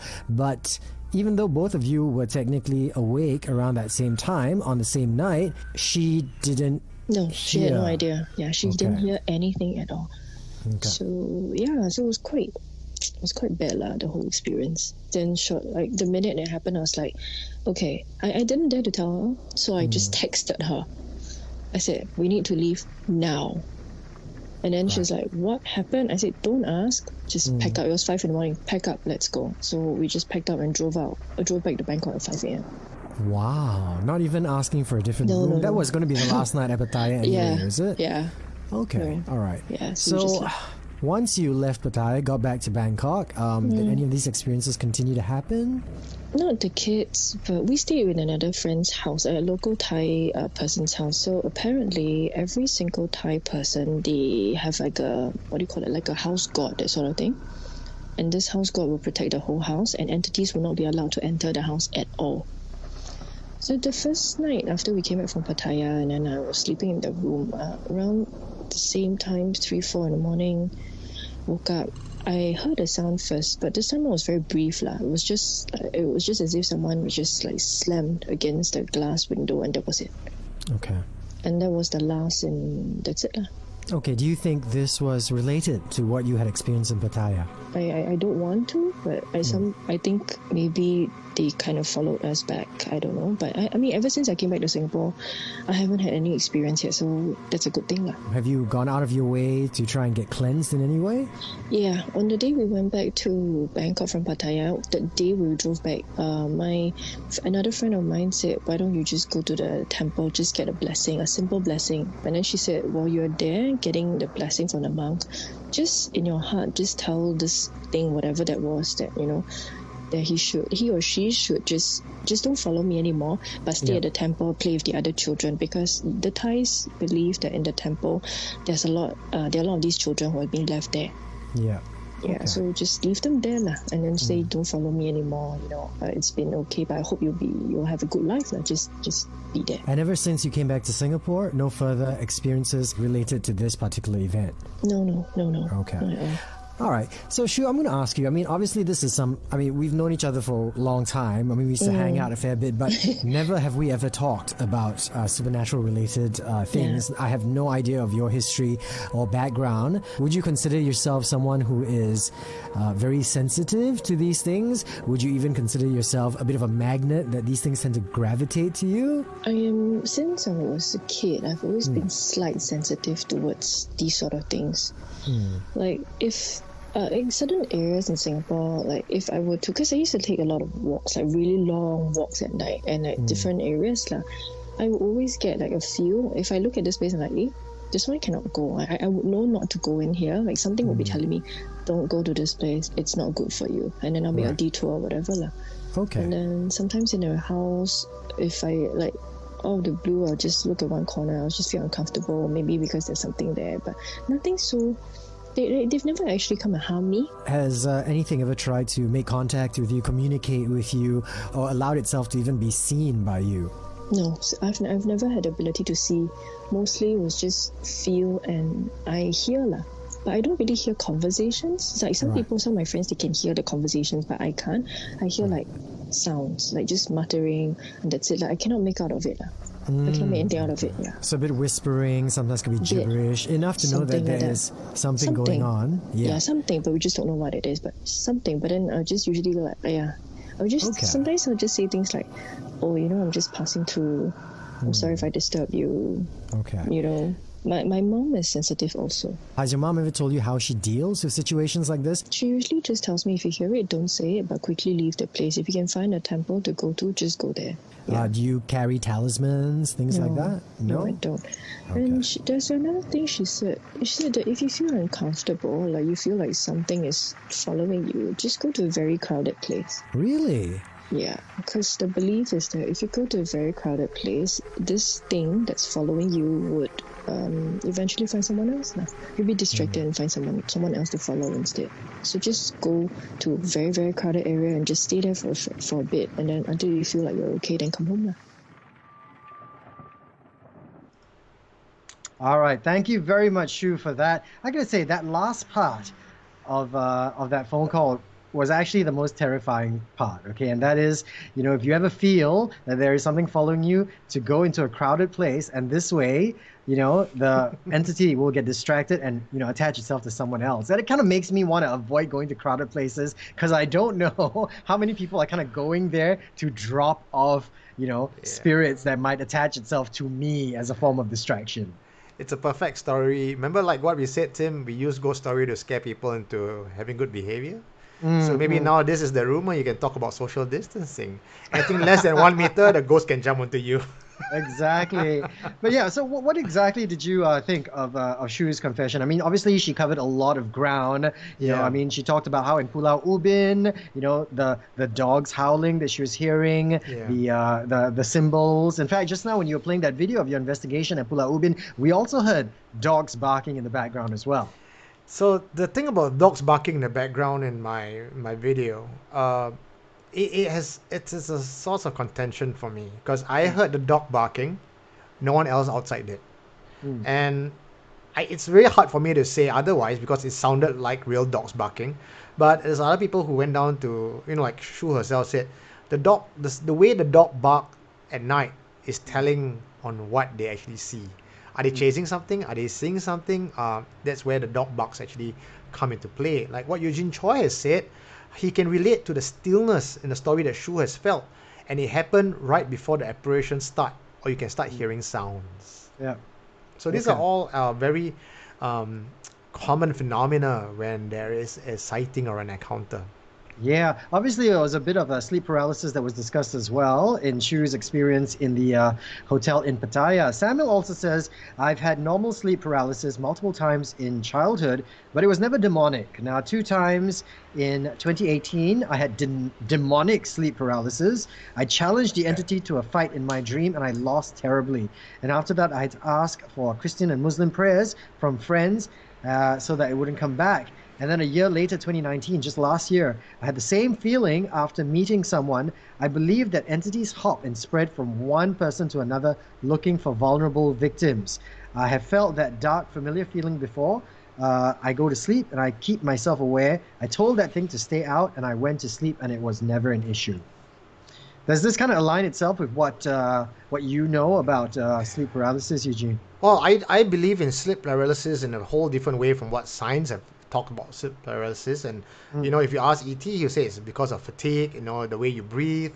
But I believe that there's a lot of real cases. In fact, the viewers have also texted in to say sleep paralysis is real. And for those of us who have actually felt what it's like to see, feel, and hear that thing on our chest and we can't move, that is nowhere near I'm just too tired to wake up. We know what we saw, and science tried to debunk it away. But for those of us who had experienced it, we are believers. No matter what you say, we know what we saw. Okay, well, of course, for more on our discussion on sleep paralysis, we did cover this in one of our previous audio podcasts. You can find it on Spotify or Apple Podcasts or Google. Just take a look. And of course, we discussed sleep paralysis a little bit more in depth. Okay, the same way when she was mentioning, that hotel, right, where there was this little child spirit that was giggling in her ear. We've also covered haunted hotels in the past as well. Eugene has even mentioned some of his stays in haunted hotels. Some of them are very, very nightmarish. I guess the only thing that I really that really, really stood out the last time we had a conversation about haunted hotels is that if you ever go to a hotel and you see three nails in the frame of the door, don't ever go in, because that's to trap whatever spirit is haunting the hotel inside that room. And Janet Tan also said that her son choked a few times the moment he dozed off in the old house at Pasir Ris. That's where I live. And too many ghost disturbances that we have to sell and move out. Janet, please leave us your comment or send us your confessions at our website, supernaturalconfessions.com. We want to hear from you. And you know what? If you are up to actually recording yourself and telling us the story, we want to talk to you too. Definitely. All right. Even if you are even very confident of doing this on camera, that can be arranged as well. Okay. Yeah. Just back to our original topic on dolls tonight, right? Samuel did message in our comments saying, "Do you believe that entities gain or lose power by human attention?" Yeah, I like Samuel Chow's comment. He's left very good comments on our message board.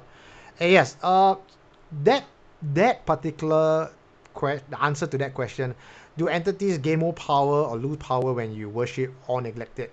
My belief is, and I think not just my belief, but in a world of esoteric beliefs and spiritual practitioners, the understanding is that entities, may be good or bad, gain their powers from conviction. If no one believes in them, no one mentions their name, no one calls their name, they fade off into obscurity and the energy dissipates and they become nothing. If you believe in them, you're giving them power. Your prayers, your chant, the vibration gives them more and more power. This also is in line with what religious people believe to be true. When you are in a building together, singing hymns and saying prayers, you are bestowing energy to the entity you're praying to. And this also means if you believe in the hantu, the chances are you're giving energy and vibrational power to the hantu to manifest himself. That explains why people who don't believe in ghosts at all can walk into a haunted house and literally not encounter anything. But yeah. In this case, is it good to believe that it's always a hantu then? I have been advised by people who occasionally cleanse me to stop talking about hantu all the time because I'm attracting their attention, and they are constantly moving towards me because they feel that I can help them even though I'm fucking blind and I can't see spirits around me. But having spirits following me reduces my chi, and when your chi is reduced, bad lucks tend to happen, you tend to fall sick easily, and just not very good for you. All right. Well, Eugene, we worry about your chi, so, please take care in that aspect, okay? And maybe that's one of the reasons why, I hang out with Eugene all the time, so that anything that's following me will then attach itself to him. Okay, thank you very much. Thanks for keeping those comments coming through, and of course we will be responding to them as quickly as we can. But of course, I can't believe we're already, more than 1.5 hours. See, every week, right, I tell Eugene, let's try and keep this show short, 1 hour max, right? And he always says there's no way we will ever just stick to 1 hour. In fact, tonight's episode looks to be longer than just about every other episode that we've done so far because we still have more to talk about. Now, another elusive member of our team, we hear him once in a while, we hear from him, is E.T. And E.T., paranormal investigator, very much like Eugene is, except both of them come from different ends of the spectrum. All right, for those who are joining us for the first time, Eugene is always looking out for reasons why things are supernatural in nature, why every case has a supernatural element. Whereas E.T., his way is to rule out all the other alternatives, all right? And only when he's ruled out everything scientific, everything logical, then he will believe that it is, paranormal in nature. So tonight we're going to be bringing E.T. on, and E.T. is going to be listening to a very special conversation that Eugene had with one of his friends, okay? And of course, actually, this is Esther's friend. Esther was one who hooked us up. So she was the one who actually got Mohan to be on the line to talk to me, and she recorded it. So I want to give her the full credit for actually making this happen. Thank you very, very much, Esther. And this story that Mohan is about to share, wow, it will have you, or rather, how should I say this? After you hear the story with Mohan, you'll never look at Krupot the same way ever again. one of my neighbor was watching soccer at about 2:30 in the morning. The next day when I met him downstairs, he was telling me yesterday someone was knocking the doors of almost everyone. They were trying to sell keropok or what. They didn't give up for about 20 minutes somehow. They kept knocking and knocking because they can see the light underneath the door because it's all lights are on. So, you still can see some light. Then one of the other old uncles, he actually came forward and then he was saying that, hey, never open up for them. Because what they'll do when you open up, the moment you open the door, you feel obligated to buy from them. They will ask you for a glass of water. Like they'll say they're tired and stuff, right?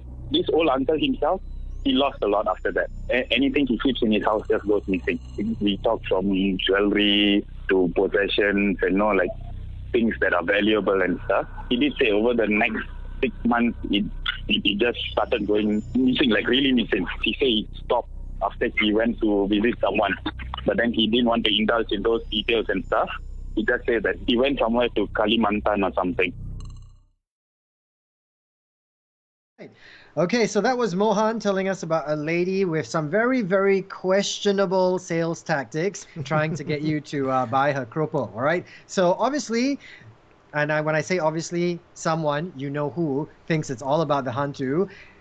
E.T., how about you weigh in on what Mohan just shared? What do you think this is all about? We analyze the thing fact by fact. Let's assume that this lady is real. I think there are many cases of how people use the art of deception or some form of, people believe it's black magic, but I always don't believe in black magic.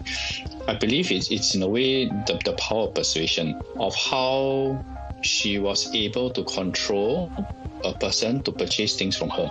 And it's not uncommon because you can see that, in current context, online love scam. You have a friend who's intelligent, PhD, degree holder, doing pretty well in her job, but she still falls for such scams. Why? It is that power of persuasion. Just some people have very hypnotic voices.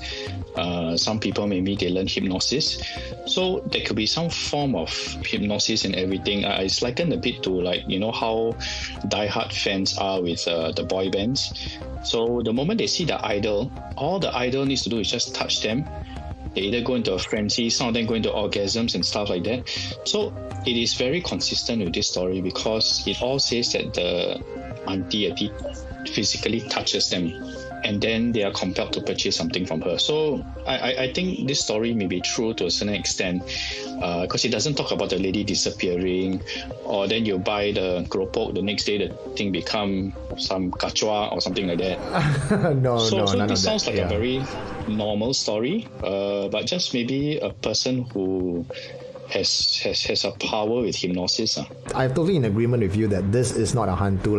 You pay the money become hell note, or the keropok suddenly disappear, or the auntie just walked through the corridor, their footsteps fade into nothingness, and there's no way she could have run to the lift lobby, right? So, yeah, I'm inclined to think that she is a real person. But I think what is on my mind now is she perhaps a black magic practitioner? Why not sell keropok in the afternoon? Why not sell keropok in the evening when most people are at home? And also, the other thing is, based on kampung stories, again, we're talking about urban legends now, right? This is like an urban legend kind of story. We have a lot of cases, even prior to this confession, is that back in the old days of kampung time, you get people who employ black magic to get people to do things. We have stories coming from Johor Bahru, from Malaysia, where a man with a lot of rings would ask you for spare change. Maybe he touched you on the elbow or touched you on the hand. Then next thing you know, you're in a daze, and then your money just goes missing. So I think what I'm asking here is there a chance that perhaps beyond just sitting to old person and then you feel sorry for them, do you think black magic is employed here more so than just being hypnotic? So that's why I suggested hypnotism, and maybe she's a bit intelligent with psychology and everything. You see, if normal people go to work, not talk about current circuit breaker, but normal people go to work, they're out of the house the entire day. They come home for dinner. So in the entire time, when will you think of eating keropok? At night, right? So then you need to make your anak sleep and everything. So maybe you're watching a movie. energy. And by the time she goes through various floors, your house happened to be the time where she reaches around 2-3 o'clock. So that to me is a possibility, because that makes sense, because you sell snacks at night. So maybe the kids are studying, or what, they want to eat keropok while they're studying. That's a possibility. Employing of black magic is hard to say, because there was a time I actually studied performing magic, and things that we thought was black magic are actually just illusions. So there are quite a number of black magic that I feel is just an illusion, and it can be done easily just with a lot of practice. But I do admit that there are some sources of black magic that we can't explain, but we don't even know whether it works in the first place. So in this scenario, I feel it's a combination of psychology and hypnosis at play. Assuming she's really using black magic, right? Why would she go around from door to door selling keropok if it's as easy as touching someone and getting them to part with their money? She could have gotten a lot richer doing other easier things than going from door to door selling keropok, I feel. Exactly, so that's why it's most likely not black magic. Because black magic, if what the masters of black magic they claim they can do, black magic can be done from a distance. And so, which is why I feel it's more hypnosis than anything else. All right, thank you very, very much, E.T. We owe you a drink the next time we see you. All right, so... Black magic done from a distance, Tim. Do you just hear what E.T. said? Black magic done from a distance, so you don't have to... Actually, I'm more surprised with the fact that, you actually acknowledged that the woman wasn't a hantu. I thought for you, everything was the hantu. I think you're losing your touch, bro. I know, I hang out with E.T. too much, man, and he's rubbing off onto me. No. All right, so basically, both of you are in agreement that this woman that goes around selling keropok, right, where Mohan lives, even though, yes, it's a bit odd, at 3 a.m. in the morning, that she is not a hantu. But you pretty much, while E.T. says that, no, it's just all psychology, it's all hypnosis possibly, just maybe a personality, just how convincing she is, you still believe that there is a certain element of black magic involved. I'm going to put it very simply to you, okay? You want to talk about psychosis, you want to talk about, sales tactic. Yeah, be that as it may. But what you cannot deny is an old woman and an old man walking around at 3 a.m. selling keropok. I understand that E.T. said you would do it at night because that's where the peak period is. People come back from work. But 3 a.m. is not a peak period, and you do not need to take from 7 p.m. to 3 a.m. to walk around the whole block to sell keropok. That's point number one. Now, okay, well, let me just elaborate on that point. I do kind of agree with you. Yeah. While I understood that E.T. was saying that, yes, maybe nighttime is the best time to go around selling keropok. Now, if she was just going around, right, to doors that were open and then, excuse me, people she knows are awake, I can understand, all right? But she's knocking on doors, okay? And that actually constitutes as an offense. You're disturbing the peace at 3 a.m. in the morning. Why would you take the risk if you are doing, something innocent, legit take the business. risk of getting arrested by the cops from causing a disturbance at 3 a.m. in the morning? What E.T. did not take into account is this neighborhood that Mohan is staying in is a very old neighborhood. Now, these are Tell the us, people. which was the neighborhood? Mohan, I know you mentioned this on to me, but I can't remember offhand right now. I know he's watching, as Esther is watching as well. Leave me the block number and the street area, because there's a lot of viewers who are in Ang Mo Kio and they know that the place is one where they were actually relocated from a kampong into that flat. If I'm not mistaken, right, Mohan actually lives at Jalan Kayu. Is it? Yes, No. I think it was Jalan Kayu. Mohan? Yeah. I think it's Ang Mo around Kio that Avenue area, 1. No, she said Ang Mo Kio Avenue 1. which is also very close to me. I don't know why. No, 300 every plus. time there is some haunted story about some place, it somehow is always within a kilometer from where I stay. What is up with that, Eugene? Tim, when you dabble with the dark arts, you tend to attract all these entities towards you. First we hear about the Japanese cemeteries at Yio Chu Kang, then after that the other haunted parts of Yio Chu Kang, then Ang Mo Kio Avenue 1, and I'm like right at the center of all those roads. You're the epicenter. You know what? Maybe your job is to talk about all this, to raise awareness so that people can protect themselves. So back to the story about Mohan. Because if you have grown up in areas where places like Bedok Reservoir, where I was, but in my grandmother's way, she would say, Bedok Chwiti Law. You know, the old part of Bedok Reservoir, not the one where people throw themselves into the big body of water. There are people walking around in baskets selling ipo, you know, by day. But at night in that neighborhood, people still practice black magic. And my grandma will always tell me to be careful not to accept food or to allow anyone at night, especially the Malay folks, not that because it's racist, but because this is predominantly from a Malay village, and this practice come from that lineage, not Muslim, Malay village. And then they have ability where they can touch you and they can convince you to do things, which is why we talk about black magic in the distance. I understand that's black magic to put a curse to kill someone, but when you go to Johor Bahru, for example, and someone wants to relieve you of your money, they actually have some oil on their finger and they just have to touch you, and they can whisper or they can blow their breath into your direction and you will listen to them. It has happened, and that's not something you can do long distance. Some things you can do long distance, things like that you require the physical presence. So when they knock on the door at 3 a.m., that's probably because that makcik, the keropok makcik, that's when her power is at its strongest, right? And don't forget, when you don't buy things from her, she will ask you for a glass of water. What's happening here with the glass of water? She take it because there is a chance where she can touch your hand and says thank you. But the minute she touch your hand and say thank you, right, you're in a charm already. Right.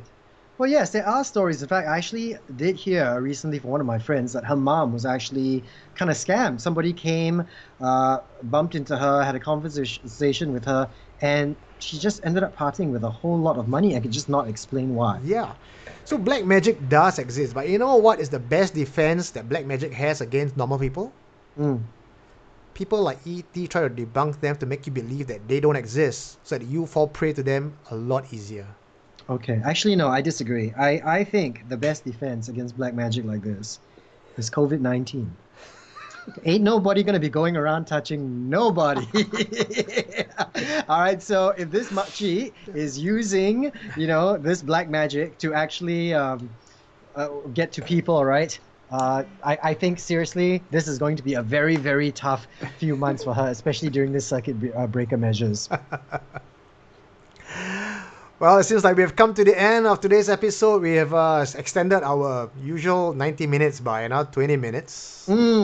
So, thank you very much for those. We apologize for, if we didn't manage to actually get through every single comment. But, of course, we will still be looking at the message boards and, of course, the comments section to actually reply as best as we can. Now, once again, I mentioned her name a little bit earlier on. For those of you who are looking at the stream right now, at the comment section, you will see that she is very, very hard at work. Our newest member of Supernatural Confessions is Geraldine, also known as Jerry, right? And actually, I don't even know whether she likes to be called Jerry. I just took it upon myself to just call her Jerry. So I called Jerry. She didn't resist, so I guess it's okay. Okay, maybe you used black magic, that's why. Put nasi kangkang on her. Did you touch her? No, not yet. You all locked down. Not yet, some more. Okay, so Jerry has been collating a whole bunch of doll-related stories. Okay, even Eugene and myself have not been able to keep track of it. And we're talking 10, 11. I keep track of every single post that she posts. I do. Really? You do? Okay. Yeah. What was the fourth post? Okay, that she posted up on dolls that came out on the 18th of April. Well, the next comment that we have is from there.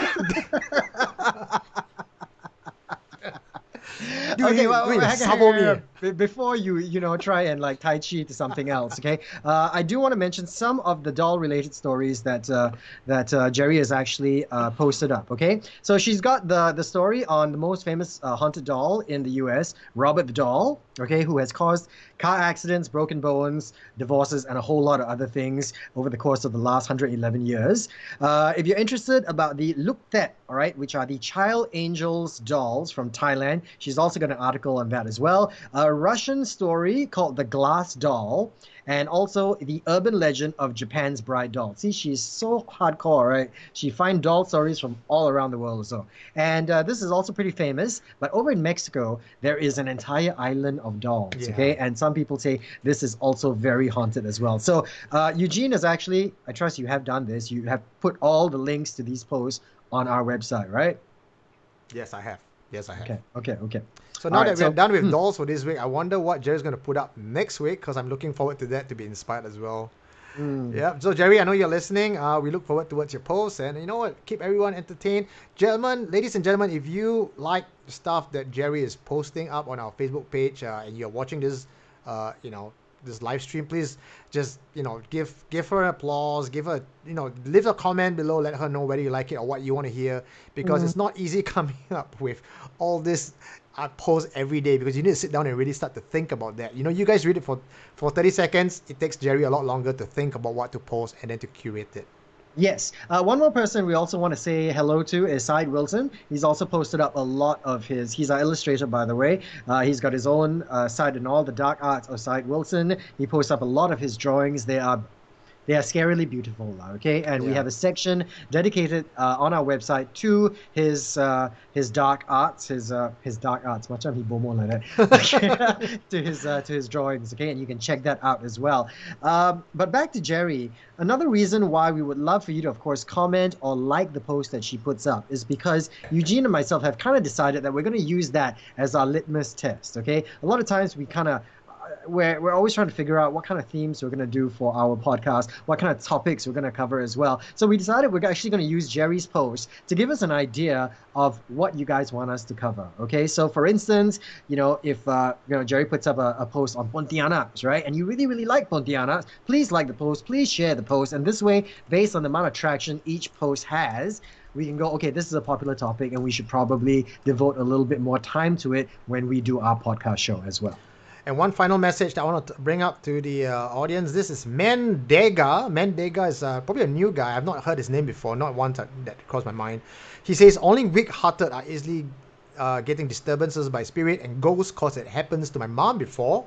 Sorry to hear that, Mandega. Apparently, I did see the thing in my parents' room, which is a black figure, just stood beside the bed, and the next day my mom was possessed. Stories like this, Mandega, and if you guys are listening in on this, we really want your story, because each week we're going to share with you new confessions, and we can only do that if you guys send in your stories to us. And the best place to do it is on www.supernaturalconfessions.com. Don't know how to spell it, it's right above my head. It's just right there. Yeah, so of course there will be a form.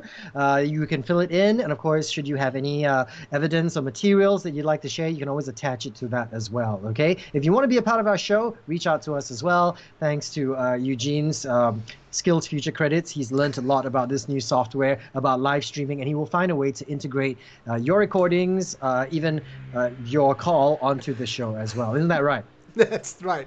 But nothing to do with Future Credit. I learned it on my own. But anyway, thank you so much for watching us tonight. You know what? Just stay tuned. Next week, we're going to bring you something better. And for episode number 44, Esther says that has got to be a kick-ass show, because 44CC.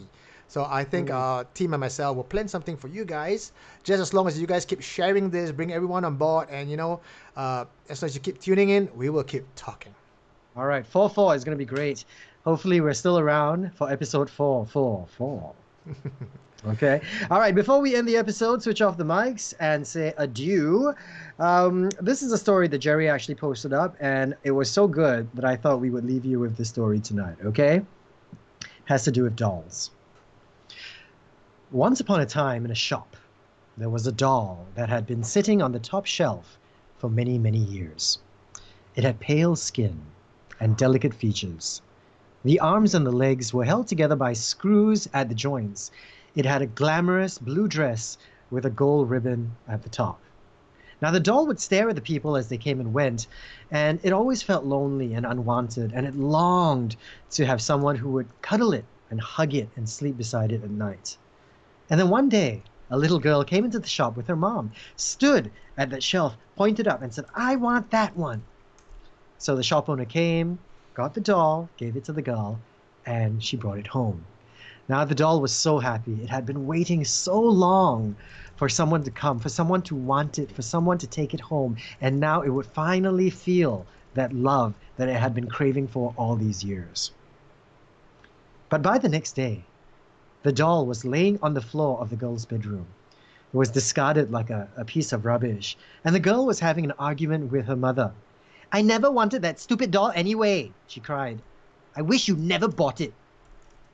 Now the doll was heartbroken, listened silently, staring up at the ceiling with its glassy eyes. The girl came running into her bedroom, slammed the door behind her. She didn't want to play with the doll.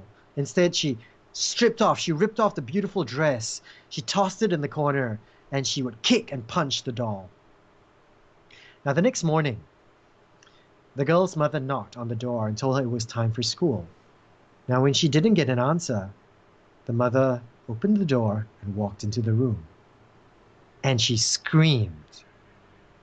Her daughter was lying on the floor in a pool of her blood. Her limbs were dislocated and twisted in strange positions. She was still alive, but she couldn't make a sound.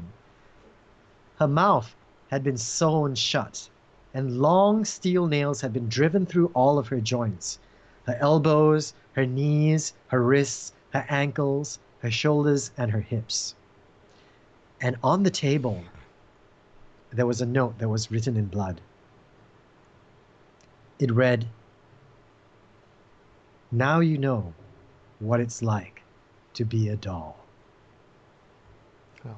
Until our next episode, my name is Timo. My name is Eugene Tay, and you're listening to Supernatural Confessions. Good night.